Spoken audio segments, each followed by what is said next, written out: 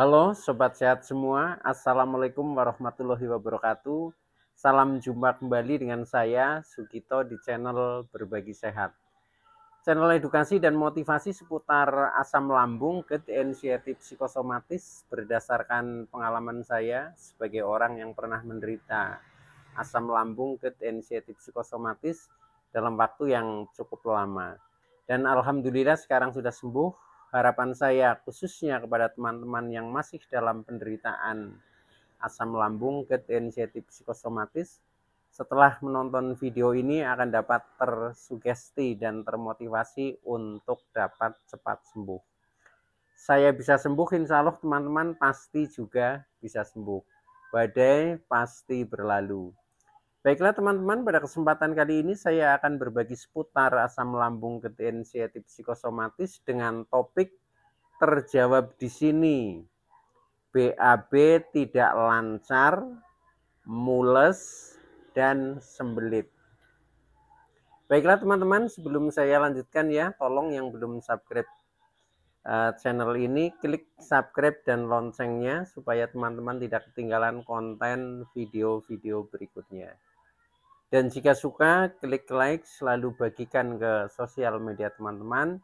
Semoga bermanfaat buat kita semua. Baiklah, kita lanjutkan. Jadi topik kita kali ini adalah terjawab di sini. BAB tidak lancar, mules, dan sembelit. Teman-teman semua, penderitaan asam lambung, GERD, anxiety psikosomatis memang penderitaan yang memiliki sensasi yang sangat kompleks ya, sangat banyak sehingga disebut menjadi 1001 rasa sensasi ya. Nah, salah satu diantaranya termasuk BAB tidak lancar, kadang mules, kadang sembelit ya. Dan ini juga sebagai jawaban ya atas pertanyaan subscriber setia yang beberapa waktu yang lalu bertanya ya. Tetapi karena jawabannya cukup panjang sehingga saya jawab dalam konten video kali ini ya. Teman-teman semua, jadi BAB tidak lancar, mules, sembelit ya. Ini akan saya bahas tentang penyebab dan solusinya ya, supaya teman-teman bisa mengatasinya ketika muncul sensasi ini. Nah, penyebab daripada BAB tidak lancar, mules, sembelit, ini penyebab dan solusinya adalah yang pertama ya, kita bahas dulu tentang soal BAB tidak lancar. BAB tidak lancar itu disebabkan oleh beberapa hal ya teman-teman. Jadi ketika BAB tidak lancar itu biasanya karena kurang minum ya. Ya biasanya karena penderita asam lambung, GERD, anxiety psikosomatis biasanya malas untuk makan, minum. Nah, sehingga kadang sampai terjadi dehidrasi atau kurang cairan, kurang minum. Nah, ketika terjadi seperti itu, maka ini akan menyebabkan BAB menjadi tidak lancar. Jadi sebab BAB tidak lancar yang pertama adalah kurang minum. Kemudian yang kedua, sebabnya BAB tidak lancar itu bisa jadi karena kurang serat ya. Nah, serat ini kan diambil dari makanan ya. Nah, ketika kita makannya saja sudah kadang serba salah, kadang ada juga makanan-makanan pantangan, sehingga kadang sampai kekurangan nutrisi atau dalam hal ini adalah kekurangan serat. Serat ini lebih banyak dari sayuran ya teman-teman, sayuran, buah ya. Nah ini banyak mengandung serat. Tetapi biasanya mau makan buah juga bingung karena takut misalkan asam-asam ya seperti itu. Makan sayuran juga kadang agak bingung juga, pilih-pilih ya. Nah itu, nah akhirnya kadang terjadi sampai kurang serat. Nah ketika tubuh kita kurang serat ya, nah ini efeknya menjadikan BAB tidak lancar. Nah kemudian sebab yang lain selain kurang minum, kurang serat, ini yang menyebabkan BAB menjadi tidak lancar itu kadang karena kurang gerak ya. Ini juga biasa dialami oleh penderita asam lambung kecenderungannya mager ya, malas gerak. Karena apa?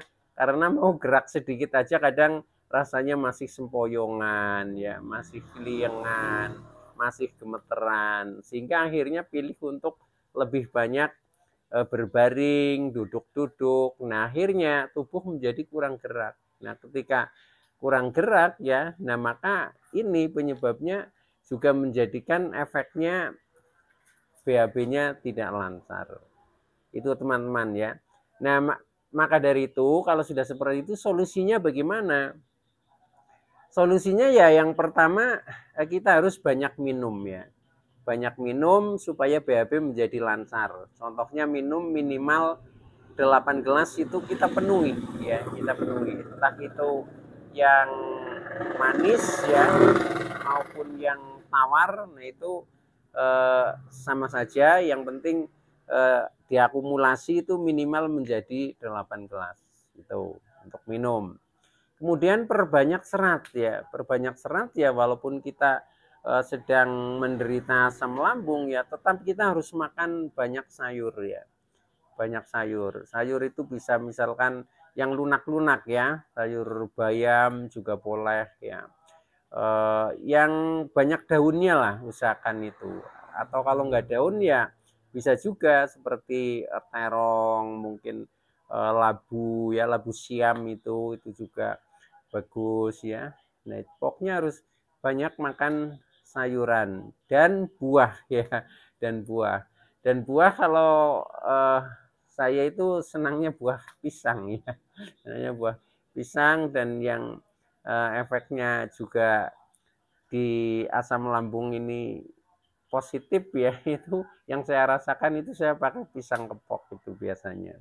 Nah itu juga dicukupi ya, sehingga nanti untuk BAB-nya menjadi lancar. Atau dengan ini labu kuning ya, labu kuning bisa di sayur juga bisa, direbus juga bisa. Ini BAB biasanya akan menjadi lancar ya. Jadi bagi teman-teman yang susah BAB ya atau tidak lancar, nah ini labu kuning itu. Nah itu solusinya teman-teman ya. Selain itu, selain kita banyak minum, banyak serat, nah kemudian juga kita sering olahraga atau sering gerak ya. Sering olahraga, sering gerak, ya bisa gerak dengan melakukan aktivitas di rumah ya. Misalkan sambil menyapu, sambil bersih-bersih lingkungan sekitar rumah, itu pun bisa ya. Atau bisa olahraga jalan ya, jalan kaki maksudnya ya, jalan kaki di seputar rumah juga nggak apa-apa. Yang penting tubuh kita itu tergerak ya. Kalau tergerak ini juga akan mendukung untuk BAB menjadi lebih lancar. Itu teman-teman ya untuk solusi BAB yang tidak lancar supaya menjadi lancar. Nah kemudian yang kedua yaitu tentang mules ya teman-teman ya. Ini biasanya juga sering dialami oleh penderita asam lambung gejala psikosomatis. Ketika saya dulu sedang dalam penderitaan pun, nah ini juga mengalami seperti ini ya.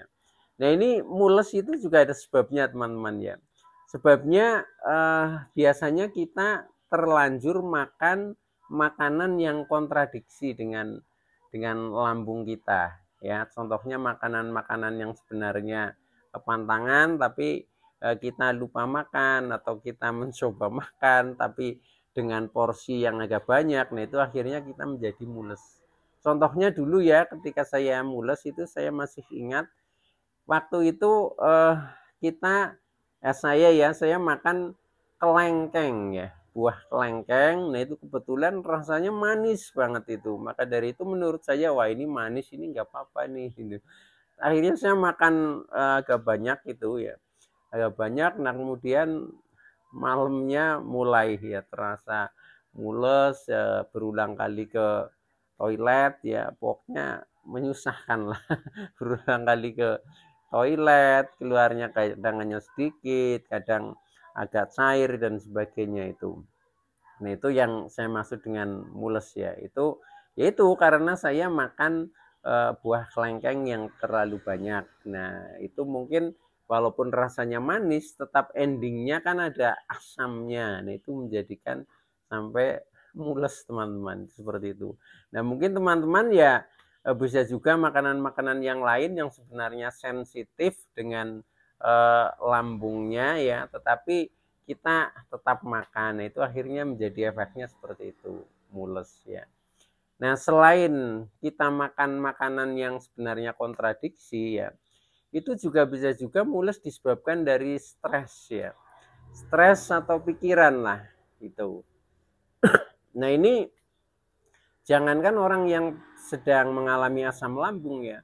Orang yang normal saja ketika stres itu bisa saja terjadi mules ya. Contohnya ketika anak-anak sekolah ya, misalkan mau ujian, nah itu ada yang setiap kali ujian itu pasti mules ya. Nah itu sebenarnya karena stres duluan ada semacam kecemasan, ketakutan, jangan-jangan nanti tidak bisa mengerjakan ujian ya, mungkin dipikirannya seperti itu. Nah akhirnya reaksinya sampai mules ya, sebentar-sebentar ke belakang, benar-benar ke belakang. Jadi ini bisa diakibatkan karena stres, banyak pikiran ya. Nah, orang yang sedang mengalami asam lambung degeneratif psikosomatis itu kan rata-rata seperti itu ya. Pikirannya selalu negatif dan selalu fokus terhadap penderitaan kita. Nah, maka juga dampaknya ini ada yang muncul sensasi mules seperti itu, teman-teman. Nah, oleh karena itu ya, ini solusinya ya untuk mules ya. Ya kita hindari makanan pantangan.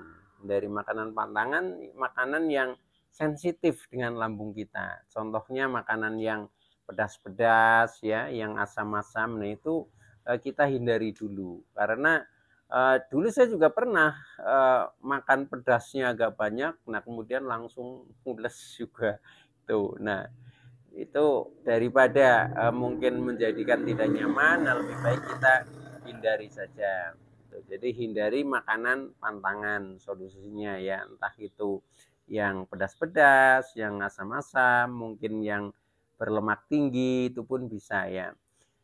Nah, selain itu juga solusinya karena tadi bisa juga disebabkan oleh stres, maka kurangi stres ya.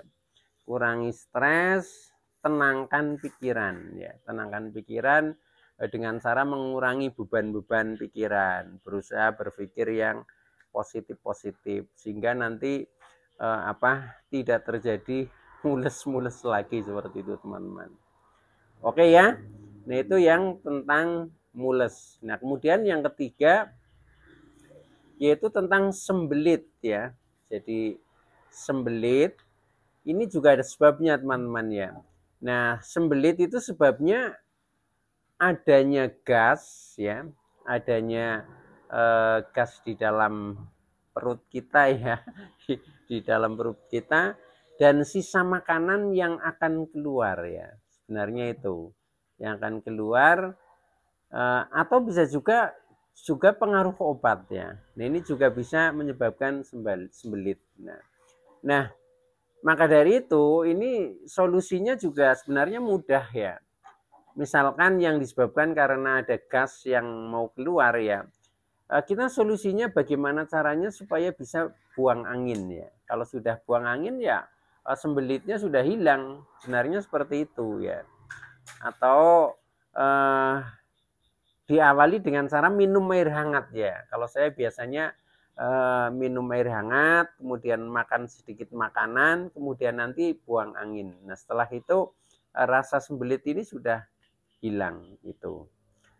Atau kita ke toilet ya, ke toilet biasanya ketika sembelit itu juga inginnya BAB ya. Nah itu ke toilet langsung aja cepat-cepat misalkan BAB kencing. Nah nanti juga akan menghilang itu. Jadi sembelit itu karena pergerakan gas dan sisa makanan yang mau keluar itu. Jadi sebenarnya tidak apa-apa. Tapi bisa juga sembelit itu disebabkan karena pengaruh obat ya. Jadi ada obat-obat tertentu yang ketika kita makan, nah ini menjadikan sembelit. rasanya itu seperti itu. Nah, kalau sebabnya itu berarti ya kita hindari obat itu. Makanya ketika kita makan obat juga kita harus perhatikan reaksinya seperti apa gitu. Kalau memang reaksinya di tubuh menjadi tidak nyaman, nah mungkin ada alternatif gantinya, yaitu bisa kita konsultasikan ke dokter misalkan seperti itu. Itu teman-teman ya. Jadi solusinya untuk sembelit ya, keluarkan gas, contohnya dengan buang angin ya. Dengan cara diawali minum air hangat ya dan makan sedikit makanan, itu biasanya nanti gas akan mudah untuk keluar. Kemudian kita lakukan ke toilet ya untuk BAB, kencing ya. Nah, ini biasanya akan mengurangi sembelit, karena ketika kotoran sudah keluar ya lewat BAB itu biasanya sembelit juga hilang. Dan jika disebabkan karena pengaruh obat, maka ya obat itu mungkin kita kurangi atau kita ganti dengan alternatif yang lain dengan cara kita konsultasikan ke dokter kalau memang kita masih mengkonsumsi obat. Oke teman-teman ya, itu dulu yang bisa saya sampaikan.